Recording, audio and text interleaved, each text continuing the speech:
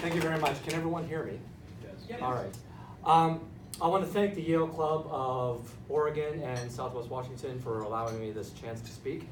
I want to thank particularly Xiaoyan Huang for arranging and organizing this event. Xiaoyan and I actually met online before today. Today was our first time meeting in person. When I gave a 5-minute version of this speech at my 25th Yale reunion. That speech made its way onto social media and then onto that Yale alumni Facebook page, which she administers. And from there, it was just a matter of logistics, and here I am. Now, at that 25th reunion, I was on a panel, next slide.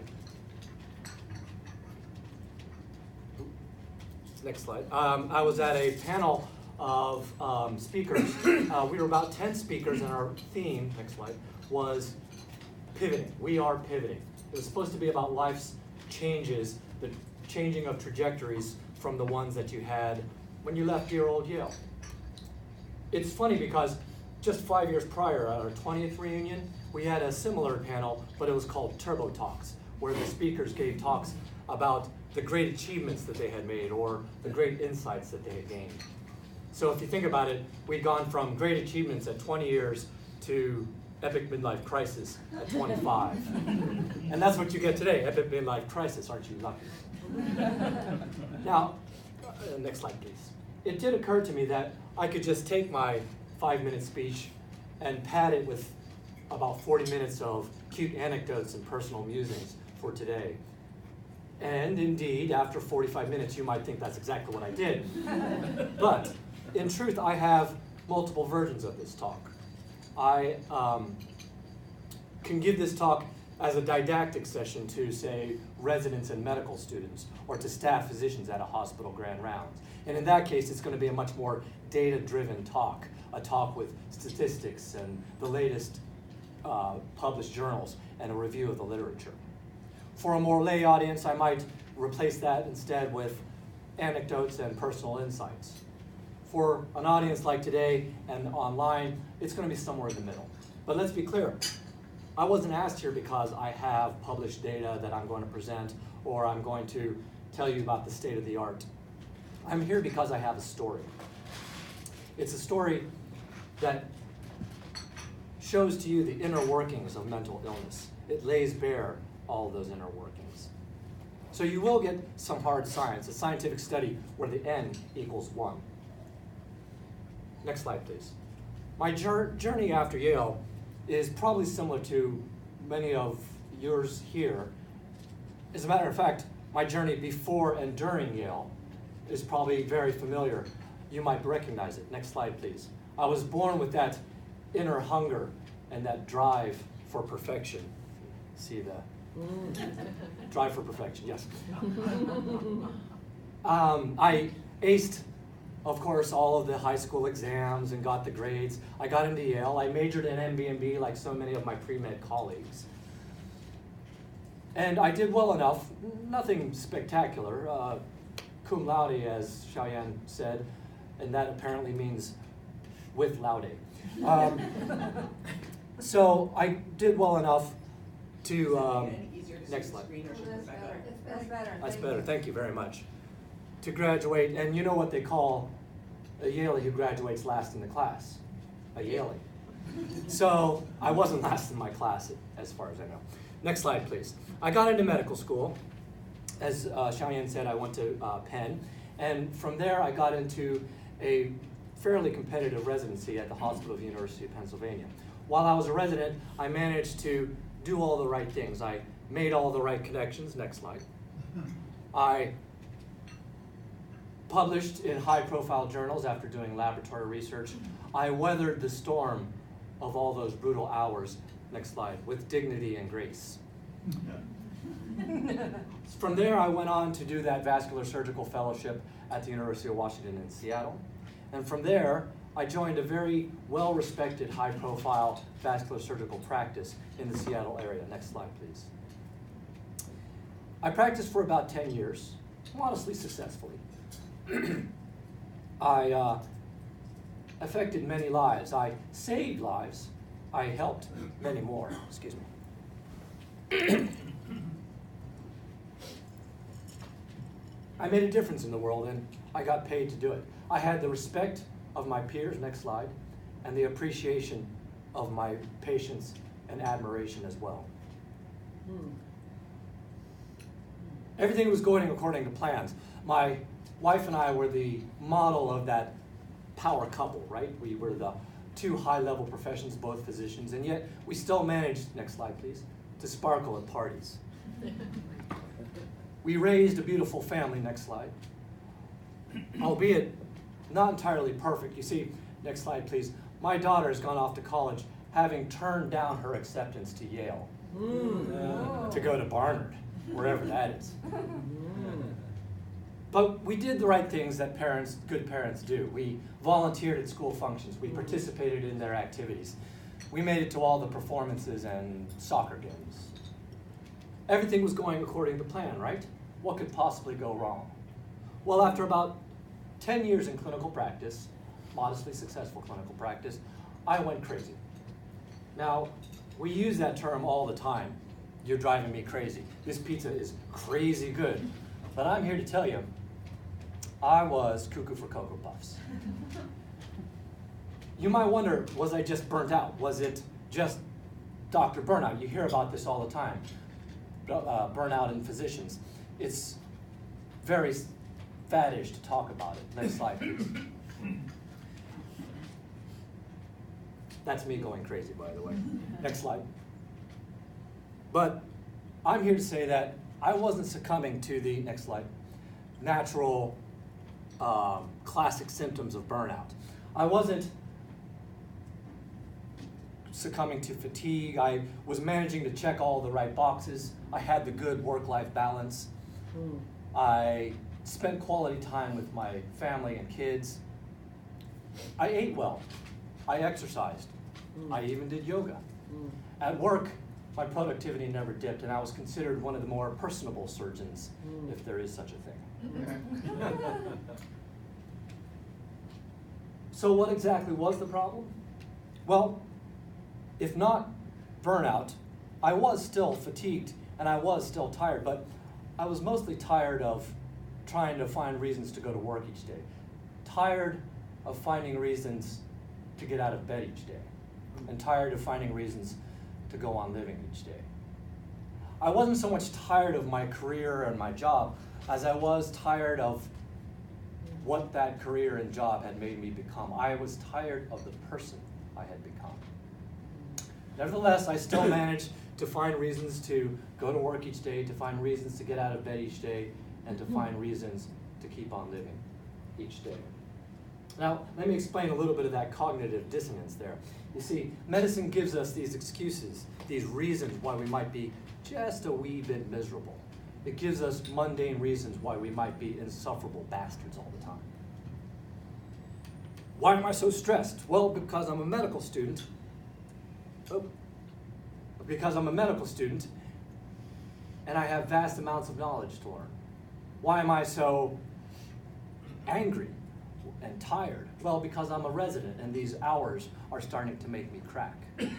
Why am I so irritable? Well, I'm a brand new staff physician and patients' lives now depend on my decisions and my actions. Why am I so down?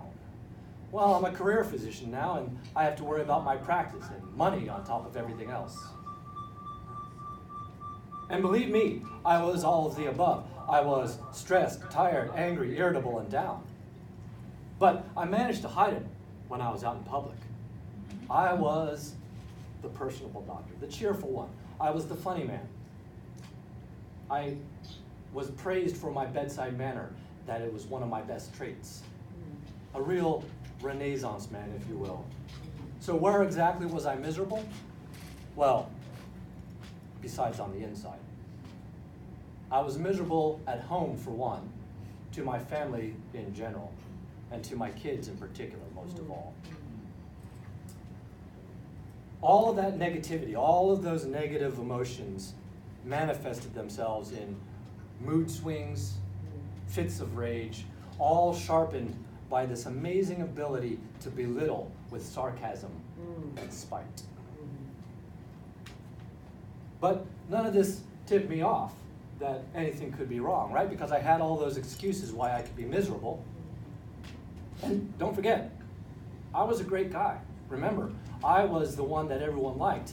Now, if it sounds like I'm repeating myself on this point, that's because that's exactly what I did back then. I convinced myself I was the great guy. I had the beautiful family. Next slide. I didn't just go to performances, I participated in the kids' performances. I had hobbies. I was clever. I was funny. Just look at all my hobbies. Next slide, please. Next slide, please. Next slide, please. Next slide. Now, I showed this drawing not because it's particularly good, and not because I'm particularly proud of it, but there is a story behind it. Next slide. This is the Deception Pass Bridge. It spans over Deception Pass in Washington near Anacortes. It's about 180 feet tall, depending on the tides. And the view from the top, next slide please, is nothing short of spectacular. I was drawing this on a day when I took about 7 Cub Scouts on a hike.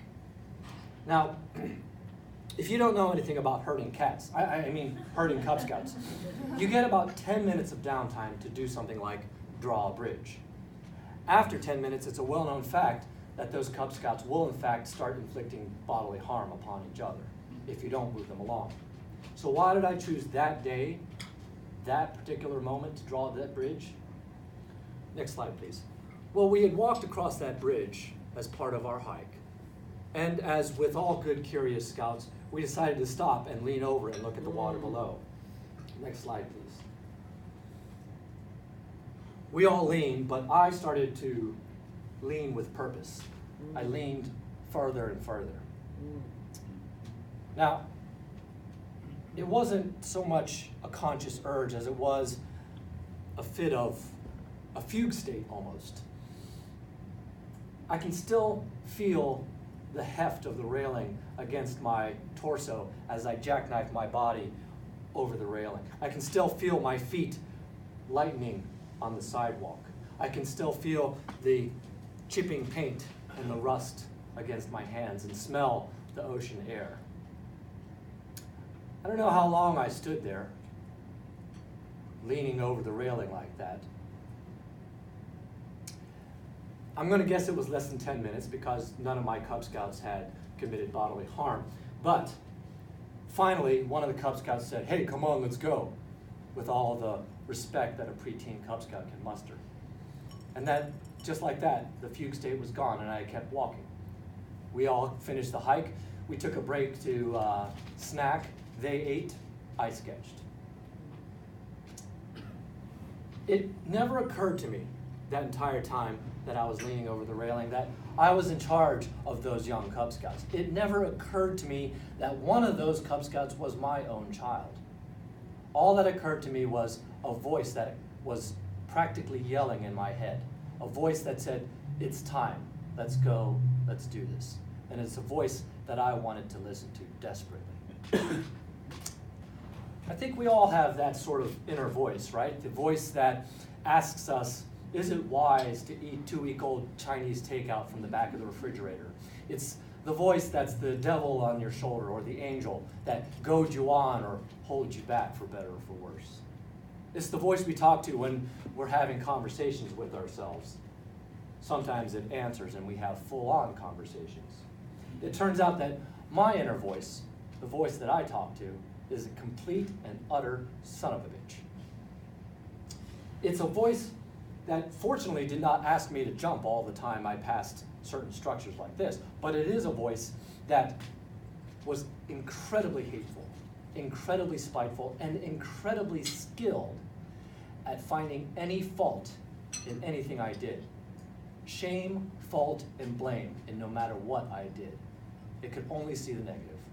Even things that were objectively good. If I spent quality time with my family, no joy in that. Only shame, fault, and blame for some reason. If I got praise from others, no joy in that. If I did a stand-up routine or did a painting, no joy in that. If I saved a life in the operating room, there was no joy in that. Somehow it would find fault, and somehow it would find the shame, fault, and blame in that. And believe me, if I actually did something wrong, I was going to hear about it. So I think we all have that inner voice. Mine did not usually specifically tell me to jump or to take my own life, but it made conditions so bad that taking my own life seemed to be the only way out. That day on the Deception Pass Bridge was the first time that this happened. And when I gave this speech at Yale, I rhetorically asked, so what was my pivot? What did I choose to turn towards? To which I answered, I chose to survive. I chose survival. Thanks to certain laws of biology and the space-time continuum, I think you can tell that I did not, in fact, kill myself that day, nor any of the other days, because there were many more where I would stand from a fatal height. It took me 15 months to finally make an appointment with a psychiatrist, to finally seek treatment. 15 months of active and progressive worsening suicidal thoughts. That day, it shook me to the core that I needed to get help, that this was something more than just those little simple excuses of why I might be miserable. That day told me I need to change something, and yet it still took me 15 months. Why so long? Well, one reason is that in medicine, we're taught to sacrifice everything for the greater good. We sacrifice ourselves so that it's for the good of the patient, the good of the team, the good of the hospital, the good of the world. We sacrifice everything. If we get a cold, we put a mask on and we just keep working. If we break our legs while working, we're supposed to find crutches and just keep working. If we're projectile vomiting, excuse me for the dinner talk, we're supposed to take an antiemetic, put an IV in our arms, drag the IV pole behind us, and just keep working. Always, we're supposed to sacrifice everything. So a mental health day, just because I felt a little sad? No. We're supposed to not have those emotions, first of all. But secondly, we're supposed to suppress them and just keep working. But that wasn't the only reason. Even then, I knew something had to change because of that day on that bridge and the several times after that this happened. It took me 15 months because, well, the answer lies in a much broader picture. My profession is under siege. There's still far too much stigma around mental illness, far too much shame among physicians, and far too much fear of repercussions. Rather than seeking help, doctors fear that any tarnished reputation might bring down their career, a career that's based on reputation. Or they fear that their privileges will get narrowed because of credentialing boards or licensure. Or they fear losing their licenses altogether if they admit that they have mental illness. And in some states, these kinds of limitations still exist. So rather than seeking help, they suffer in silence, or worse, they go by the old adage, physician, heal thyself, and they start treating themselves, leading to self-medication and potentially even substance abuse. Of course, the problem is not unique to medicine. There's a huge amount of stigma and silencing of mental illness in all of our society. The scope of the problem is real. Every year, over 1 million people attempt suicide in the United States. Every year, some 37 to 38,000 succeed to completion. In my profession, you can't go a day, next slide, without seeing an article about doctors' mental health and the fear of revealing it. Next slide. That you can't go a day without seeing about doctor suicide. Next slide. Or doctor mental illness in general. I believe that one day it will actually be in vogue to talk about mental illness. And yes, I did Photoshop myself onto the cover of Vogue magazine. I think I look fabulous, thank you. Thank you. Next slide. It's actually hit the lay press out of the scientific journals. The Washington Post, US News, New York Times. You can see it pretty much anywhere, including Vogue. But let's be clear. I'm not here because of stats and numbers. I'm here because of my story. But let's have a few numbers just for the purposes of my story. 300 to 400 doctors per year take their own lives through suicide. It's about one a day. About 50% of physicians and medical students report some form of burnout symptoms, symptoms of mental illness, or thoughts of suicide. 50% in some studies. By profession, doctors fare worse than the general public. It's up to 2 to 3 times more likely that a physician will commit suicide than other professions. Now, if my statistics sound a little vague or hazy, that's because I've left them intentionally so, because that's what they are. Hazy and vague. The science of studying mental illness on a population level is fraught with imprecision. At its heart, data collection relies on surveys filled out by the subjects themselves.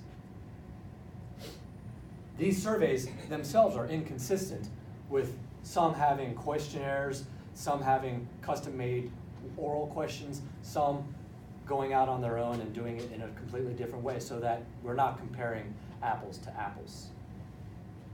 Furthermore, the majority of subjects in these studies don't return their surveys.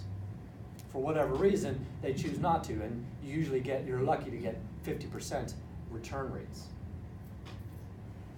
I can tell you firsthand how I would have responded had I gotten one of these surveys. I probably would have been in the majority, first of all, that didn't turn me back in because I just had no time, no energy for another piece of paperwork or more check boxes on my computer. But had I finally gotten around to answer it, I would have lied. Partly out of that same shame, partly out of fear, even though we know that it's anonymous, and partly out of the inability, again, to admit to myself that I had a problem.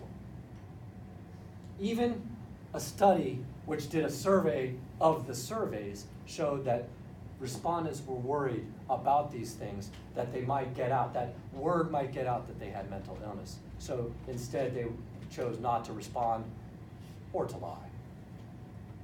My point here is that the data are not pure. They're not precise like you see for diabetes or for cancer. If anything, they vastly underreport the problem because so many people are suffering in silence, either not reporting back or lying about it. And this can be very detrimental in trying, first of all, to define the scope of the problem, but secondly, to see if any of the measures that we try are actually working or not. It's impossible to know how much we're moving the needle if we don't even know what the needle measures. Which brings me to my next point. What are some of the possible solutions to the problem? It's a vast problem, but let's give it a try. You've probably seen some of the efforts already, right? Suicide prevention hotlines, public service announcements, ad campaigns. Hollywood celebrities get onto the airwaves and say things like, let's talk about it, or reach out to someone who's hurting. Next slide, please. When a celebrity suicide occurs, we're all shocked, and social media starts to trend and buzz with hashtags like talk about it or reach out. It increases our awareness in the public, but eventually that fades until we're back to normal and we're shocked again when the next celebrity suicide occurs. Not to mention, in between celebrity suicides, literally hundreds of people commit suicide each day without anyone noticing it in the general public. So some people argue that these types of messages, the ad campaigns and whatnot, try to catch suicidal people too far upstream. This is an analogy that says you can either, next slide, try to prevent suicide upstream or downstream. Upstream is with large campaigns that blanket to everybody, but might not really specifically target those people at risk. Whereas downstream, near the proverbial waterfall, the point of no return, the point of contact where a suicide attempt is actually happening, you can try to catch and prevent that act from happening, but it might be too late, And it also doesn't address the underlying problem. Why did they get that far downstream in the first place? Some believe that we want to try to catch it further upstream, but not too far, not blanket the entire airways for the general public. If you looked at people with mental illness alone, would that be targeted enough? Well, it turns out that the vast majority of people who do complete suicide do have some form of mental illness. But the reverse is not true. The vast majority of people with mental illness do not go on to try to attempt suicide. So even an ad campaign blanketing the waves at people with mental illness may be too broad, may be casting too wide a net. Looking downstream, if we continue to look upstream, you might ask, well, why not blanket the airways? Why not just go ahead and use those campaigns, and hopefully the message will get to the people at risk that we need it to? Well, for one reason, it's not a trivial amount of resources that we spend on these campaigns. These are million-dollar campaigns, and they're significant parts of the budgets of the NIH and the federal funding for mental illness. Furthermore, you risk listener fatigue. If you keep saying the same things over again over the airwaves, people stop listening. People stop hearing the message. If the sky is always falling, people stop looking up. Looking downstream, there are some mechanisms that have been shown to be effective. What they do is they try to break the impulse of the suicide attempt, because that's what has been shown that most suicide attempts are. It's up to 80% of suicides are estimated to be an impulse, an urge, an action. And if you can disrupt that action, disrupt the impulse, you can also often prevent the suicide. And in some studies, it was shown that preventing the impulse, disrupting the impulse, that those people did not repeat the impulse later on. As a matter of fact, in one study of people who had jumped off of heights and survived, almost all of them immediately had a regret for what they had done. In other words, the impulse was gone. Unfortunately, they were falling at the time. Fortunately for them, they survived. So if we can break the impulse, the idea is that we can stop the attempt. It could be something as simple as a barrier on a bridge. They did this up in Seattle on the Aurora Street Bridge, which is the second most lethal bridge on the West Coast. They put up a 6-foot barrier. It's not insurmountable, but it's just enough of a detriment that it breaks the impulse and it stops the attempt. And the studies so far have shown that there's been a vast decrease in attempts and completions on the Aurora Street Bridge. Another example is the net they're installing under the deck of the Golden Gate. It might be a lock on a gun cabinet or a medicine cabinet. That extra step of having to unlock the cabinet being what breaks the impulse. In New York, they have what are called bridge phones, literal phones that are on at-risk bridges that automatically dial up to a suicide attendant at a suicide hotline. The human voice being the thing that breaks the impulse. Someone once asked me, what was it that brought me back each time? I wanted to be inspiring, so I lied. I told them that it was my love for my family and my children. I told them it was my fear of what harm I would do to those kids. But really, it was breaking the impulse. It was the voice of a Cub Scout saying, hey, let's go. Or it was a padlock on a door that led out to my hospital medical tower's roof. It was the page from a nurse saying that my patient was ready to be seen. Or the tug on the leash by my dog who wanted to keep going. Each time it was something very mundane, very in the moment, that broke my impulse and kept me going. If anything, though, the love for my family and my children is the thing that got me to go get help to stop these impulses from happening. So there you have it. We have upstream and downstream techniques. Upstream might be casting too wide a net. Downstream might be too late in the entire affair. And let's not forget, none of this specifically targets doctors. with their self-denying, self-sacrificing attitudes, they might be even more resistant to these upstream messages. And then downstream, it's been shown that doctors have far more knowledge of lethality and far more access to lethal means, so that breaking the impulse might be even harder with doctors. But overall, it's still the same problem. Do we go upstream or downstream? Next slide, please. I just now realized that my brother there is wearing a Harvard shirt. Dude went to school in Ohio, so I don't know. Here's a little, you might have guessed that my ideal solution would be somewhere in the middle, a happy medium between the two, but here's a little secret. I don't have a solution. Haha, you've just spent 40 minutes listening to me ramble, and I have no idea what I'm talking about. Look, I've shown how big the problem is. 1.1 million attempts per year, 38,000 completions per year, 300 to 400 doctors every year, bad statistics, no way to track how we're doing.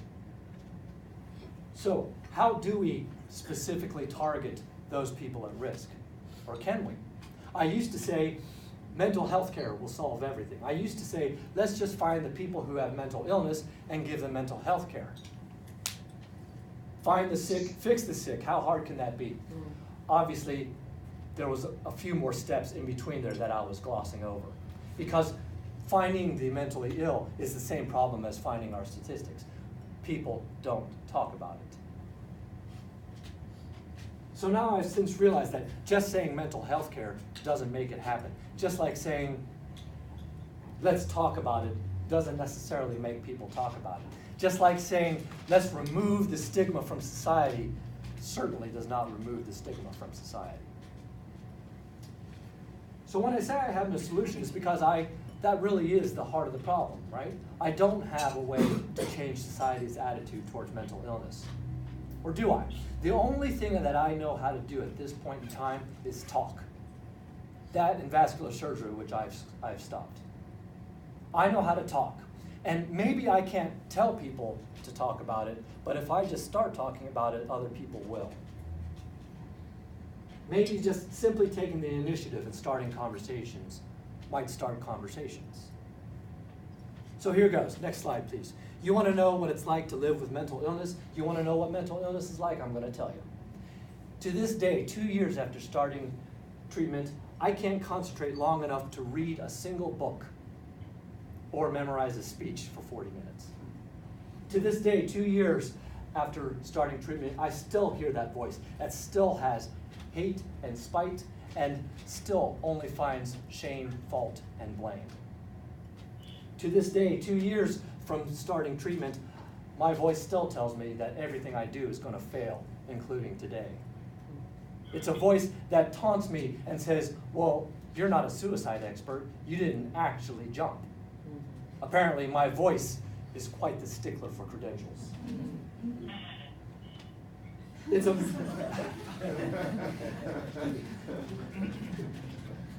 To this day, 2 years after starting treatment, I still have very vivid, very fleeting, but unmistakable visions of jumping off a height, of slamming my car into a concrete pillar, of buying a gun or taking prescription overdose.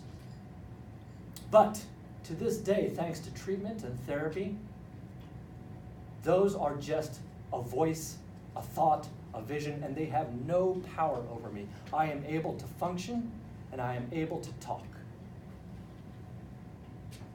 I can tell you all of this like I'm talking about my allergies or the back surgery I had a few years back. I can tell you like I'm talking about the weather. I can talk to you, or I can talk to medical students, I can talk to residents, I can talk to physicians alike. I can tell my own children this, and I have. Tell them about the voices, the urges. Tell them about the self-hate. Tell them that if there's something that's making you so profoundly unhappy, that it's okay to quit something. That's something. I can tell them I'm sorry for the miserable way that I treated them, and I have.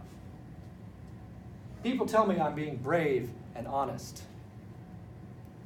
But let's face it, next slide, please. I quit 2 years ago practicing medicine. 4 years of Yale, 4 years of medical school, 3 years of laboratory research, 7 years of residency, and 10 years of practice, all gone. So it's easy to be brave and honest when you have nothing left to give or lose. Maybe I only touch a few lives. Maybe I touch none. But if I start a conversation, I'm hoping that it starts other conversations. It's the only power I know I have left. I can't tell you to talk, but maybe just talking gets you to talk. So I thank you for being part of my conversation, because conversations do require at least two parties. Otherwise, it's just me talking to myself, and we all know that doesn't end well. And I thank you very much for listening and being part of the conversation. Thank you.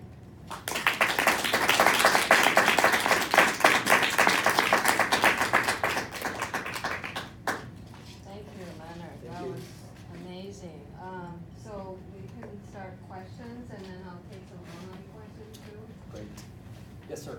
Oh, I'm thinking about Bourdain, and I'm thinking about the decorator, I'm thinking about Robin Williams and Jonathan Winters. Absolutely. People who probably are manic depressive were. I Yeah, should say. some of them, And absolutely. Some say Lincoln, some say Churchill. Yeah.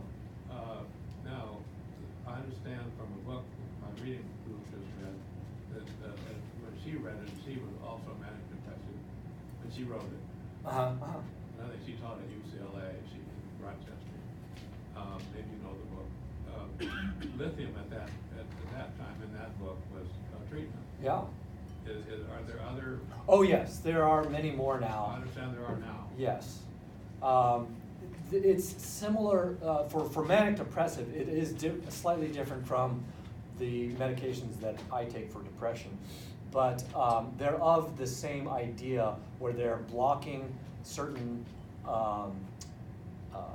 the uptake of certain neurotransmitters to allow those neurotransmitters to do what they need to do. Much as in my brain, that's what they're doing by blocking the uptake of serotonin. You've probably heard of those drugs, the Zolofts, the Prozacs, and whatnot. So they are slightly different, because it is a slightly different disease, but the idea is the same. And so lithium is less used, but I actually think some folks are still on lithium. So, yes? So is this just a chemical imbalance, or is it more complicated? Does it have to do with your upbringing? Does it have to do with your genetics? I mean, what's behind this? It's a little bit of all of the above. There's clearly a chemical balance. I once, when I was preparing for talks, wanted to put in the line, so was I burnt out because I was depressed, or was I depressed because I was burnt out? Did I hate my career because I was depressed, or did I become depressed because I hate my career? It's a little bit of all of the above. As my wife likes to point out to me, even if I had become an artist, an architect, an engineer, I probably would have still ended up in the same miserable state. That's just part of who I had become because of that chemical imbalance. The question is, to what degree? Would I have been able to right the ship a little sooner had I not been a doctor, because of all those other reasons I told you about why doctors deny themselves care? So it's all of the above. What I tell people is depression as a disease is a predisposition. The chemicals in the brains are set up like kindling at a campfire. You know, you set up your campfire first.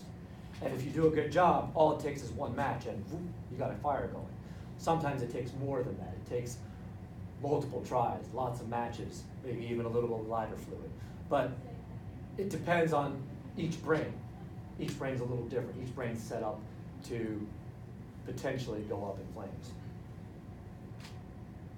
Yes? So are you aware of efforts or groups that are trying to destigmatize it, specifically among like health professionals? For health professionals, not as much. I know I'm actually working with Deconstructing Stigma, which is a group out of Boston. What they basically did was they just wanted people to start telling their stories, and they put up billboards in airports that had pictures of the person and their story.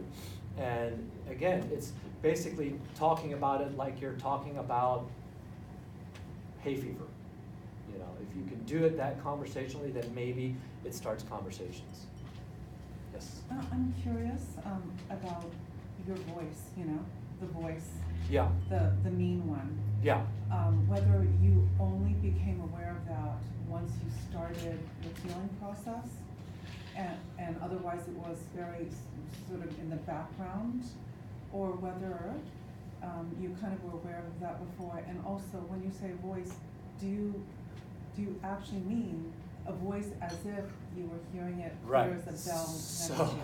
So I am aware that, of course, I have to watch out that I don't say, I'm hearing voices, because that does have a slightly different connotation. No, the voice that is inside my head has always been very front and center, but it always has been me talking. So it's not like, you know, I'm hearing voices from the government or the text that I'm getting from the president. It's always my voice. Which is another form. Right, Of which mental could illness, be. which probably, no, really, which actually has more stigma than depression. Absolutely. Actually. Yeah. But my voice was always me. It was always, and I knew it. I would talk back to it and say, I'm being stupid, or I'm being this, or I'm being that. Right. And it was always front and center, so I knew. It wasn't like a quiet thing. It was only when I started treatment that I realized, oh, that's not normal to have that mean a voice. I thought everyone had it. You know, that's the difference. Yes. As a retired physician, I don't remember burnout as a term until the last perhaps 20 years. Right. And I think we've always been aware of physician suicide because it's so striking Right. When it happens. Right. And I wonder what your thoughts are as to whether burnout has something to do with the difference in how a physician practices now. Absolutely. Or whether it is just a label for something that has always been there. Because if it was there in the 60s and 70s, and among my friends and the people I knew, it wasn't talked about. Right. We didn't seem to be Sure. significantly depressed in large numbers. Sure. And perhaps I wasn't paying attention, but I wonder what your thoughts are. It's hard to know. about So that. burnout is, Do you mind repeating or summarizing the okay, question for a so moment? the question is, with the phrase physician burnout, has that always been there, like say in the 60s, 70s? Because it seems to have really taken hold in the past 10, 20 years. In my opinion, burnout is a catch-all phrase. So it encompasses quite a bit. And it is a problematic phrase. Number one, there is no diagnosis of burnout. That's a very important point. There's no ICD-10 code. It's not in DSM. It's not in the DSM. So even the people who speak about burnout don't necessarily have a true definition of burnout. It is a catch-all phrase that means that physicians have become impaired because of the system. And that's why I think the term itself is even a little derogatory towards physicians. It makes it sound like the physician burnt out. The physician couldn't handle it. The physician didn't take care of him or herself. And so it puts the onus on the physician. But really, it's the system that caused impairment in that physician. Has it always been there? Probably. Did we just not have a name for it? Probably. Have physicians been impaired from other things? Probably, but we called it different things. We jokingly laugh at the doctor who drinks a little too much, has 3 martinis for lunch, but that was probably substance abuse, and that was an actual form of coping with burnout. Does burnout lead to these mental illnesses, or does the mental illness lead to burnout? That again is another chicken or the egg that I'm not qualified to answer. But yes, I agree with you that burnout is a very wavy word right now. Do you know if there is data as to whether physician suicide on a per capita physician is any more now than before, or? It is on the rise. About mental illness more now than before? It is on the rise. The systems, of course, are different than they were back in the 60s and 70s, and not in a good way for doctors. I think actually, I mean, suicide is on the rise in general. Mental health issues are on the rise in general, despite all the medications that have come to market. You know, as a medical professional, I think we're all used to advising someone to seek counseling or to seek professional help, and that's critically important. But I can't help but conclude that the Western medical view of depression is so narrow and so myopic that it misses a lot of what's going on, and a lot of what you're describing as, you know, you've been in treatment for 2 years and you still struggle so much, and I don't think that's the exception. Absolutely. It's very hard to put into words, but it's my sense that we need to start realizing that there is something in our culture, in our society, a philosophical, a spiritual, an existential issue that is going unrecognized. Right. That I think that the story that we tell ourselves about who we are and what our value is as people is very narrow, especially if you're a highly driven physician and you judge yourself constantly. And in addition to the judgment that comes with our culture, is this lack of existential meaning. We have this philosophy of our lives that, you know, if you have any scientific self-respect, you know, you're going to believe that there's nothing out there but what we perceive, and that in the words of Alan Watts, you know, we are that brief interval of consciousness between the darkness and the darkness. And if that's all we are, then how could you possibly feel fulfilled? It's hard to find meaning. It's true, and you know, that could be at its heart why we get to this point. But you know, at least from my experience, it wasn't.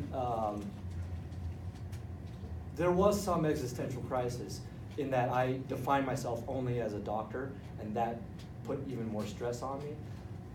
But honestly, I wanted to be just a happy-go-lucky person, and the demons inside would not allow that to happen. So yes, it's definitely a cultural, humanistic thing that we need to see on a holistic level. But from an individual perspective, I don't, you know, I just want to be better. That's kind of how I have to look at it. And hey, if that's the way the conversation wants to go, great. I also am very enthusiastic about medical cannabis, so maybe that's the answer for everyone. Yeah, I had heard the term recently that the way medicine is being practiced in the United States right now is causing doctors to experience a moral hurt or moral damage. And then I was wondering if that was something, you know, because that's a term that's coming up. I've heard a couple different places recently, and I was wondering if that sort of bridges the question of like the transition from where things were to now, as well as something that was, you know, intrinsic to the medical practice. Right. You know. So for the people like watching remotely, can you repeat the questions? Yeah. So the question is medicine is the practice of medicine facing a moral crisis? Do we have a moral crisis on our hands, and that's why doctors are facing what they face? Did that That's close enough. Sum it up? You know, I can't necessarily tell you how medicine has been practiced for the past 100, 200 years, but what I can what I can say is that we feel the pressures differently now of the systems that are being placed upon us. Whether it's hospital administration, whether it's financial, whether it's insurance companies, it is a much more complex arrangement now that doesn't necessarily favor the doctor. And it's very difficult now to just go into a room, talk to a patient, fix the patient. That doesn't happen anymore.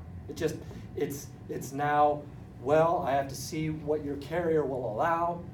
I'll have to see what tests I can run. And I also have to run all of the tests that I can so you don't sue me. I mean, it's a different world now than the one. I went to get a flu shot today at our pharmacy, and after 10 minutes, they told me my insurance company said I had to go to my doctor's office. So, just for a tiny flu shot, yeah. The complexity of medicine has gone so far away from that Norman Rockwell picture that it does create somewhat of a moral crisis in doctors, I think, because they got in it, at least most doctors got in it because they had that ideal, that Norman Rockwell picture. But that's a thing of the past. Yes?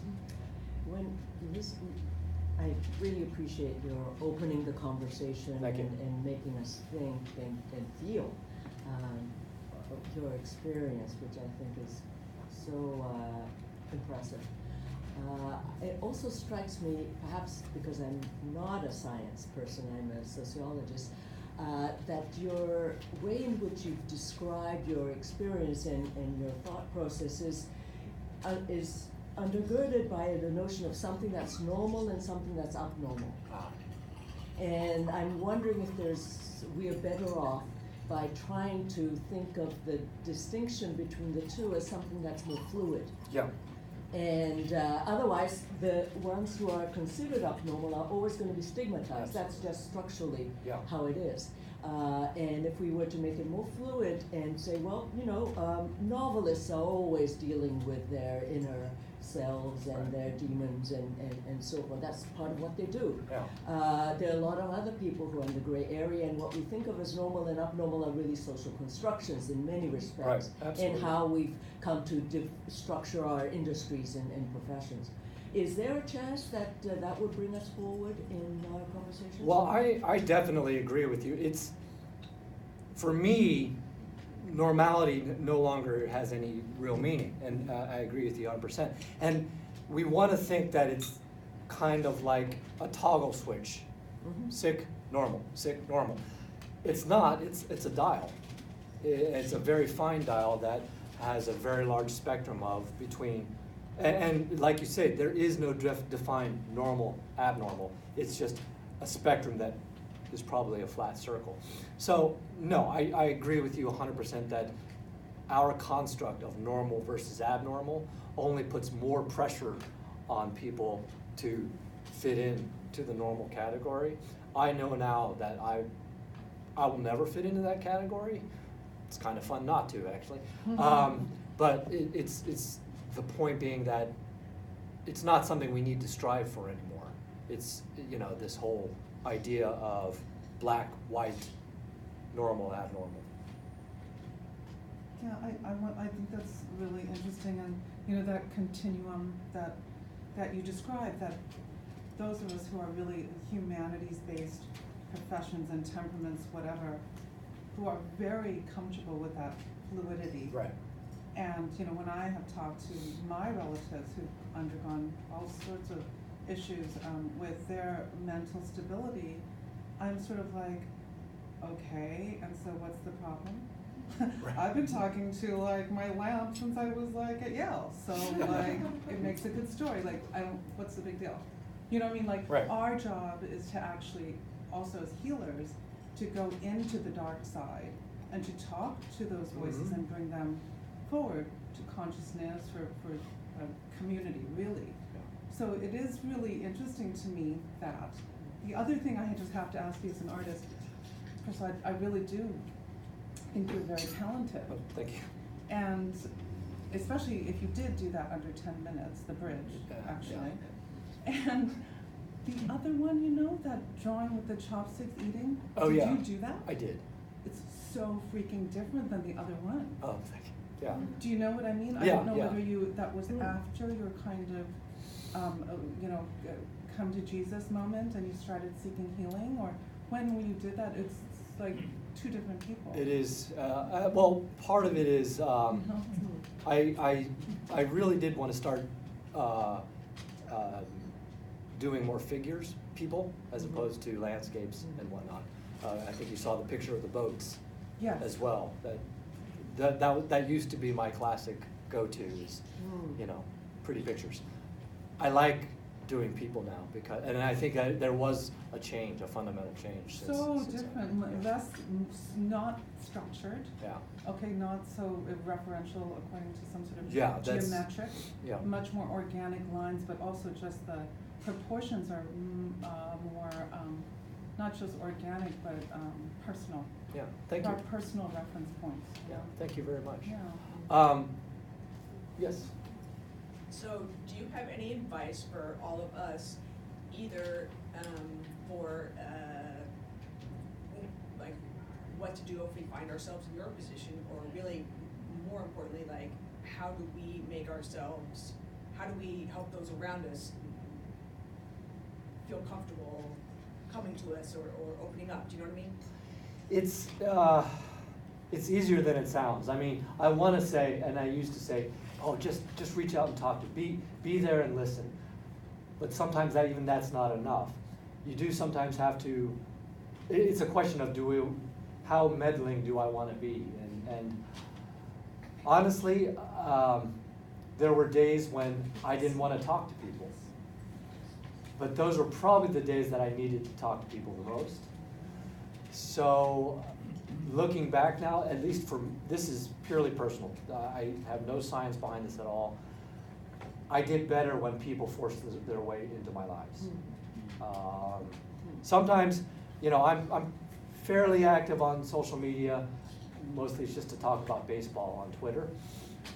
But if I would put out something that just said, I'm having a crap day, it was amazing how many people would come in and just give me their 2 cents about how good life is or how good I was, and it really made a difference. And so, yes. No, sorry. I didn't want to interrupt. Oh no, that's quite all right. That's basic. I would say there's a fine line between meddling and domineering and giving people space, and it's just a matter of knowing that person well enough that you can do so. My reading group read a book called The End of Faith. I don't know if that's true or not, if it's an end. However, what it does is puts individuals, if that's true, into sort of an existential dilemma. They're on their own. There's no salvation or solve. Yeah, that's kind of getting back to the whole idea of an existential worldview. I don't have an answer for that. I personally, yeah. But having permission to explore that, I think, is important. The other thing that I think is notable about your story is that at this point you're not practicing medicine. Who knows what your future holds? But it strikes me that one of the things that locks people in is this story of I don't have any options. Right. I can't leave medicine. I mean, I like prepared for this. That's whole what life. everyone says. That's what I said. And my friends who tell me, I can't go part-time. How could I go part-time? Like, Yeah. why? No, It's kind of like, we have options. So my answer to your question, and I'm sorry, I don't mean to. Please. My answer to your question would be in part to give people permission to explore things that they think that they are locked into in a different way. Yes, so I'm a psychology professor, and my mom's family is all Chinese, and so this is the first time that I've heard an Asian American man speak openly about an experience with mental illness, which I am really grateful for. My grandfather, I know, struggled with depression, but I never know, it's not talked about, and so I'm thinking of the ways in which mental illness has been stigmatized in your own experience in terms of not just a doctor, but as a man and as an Asian American. And I'm wondering if you think that the strategies for combating stigma in terms of just openness and talking, if those would be the same across those different dimensions or how those intersect. I don't even know what I'm asking really. Yeah, no, I'm hoping, like you say, that breaking any stereotypes does help. Again, like if I can just talk about this like I talk about facial hair, I don't know, then it becomes so normal, so secondhand. I now am able to talk to my mother about this, and I know exactly what you're talking about, Yeah. what you're feeling. It was extremely awkward the first time I mentioned that I had depression. She said, "Why are you depressed? Why are you sad?" You know, and she's a physician, so she knows. She has prescribed antidepressants to people, but she still had a hard time relating to this idea of there's something wrong. But now we talk about it all the time, and it's just a natural thing.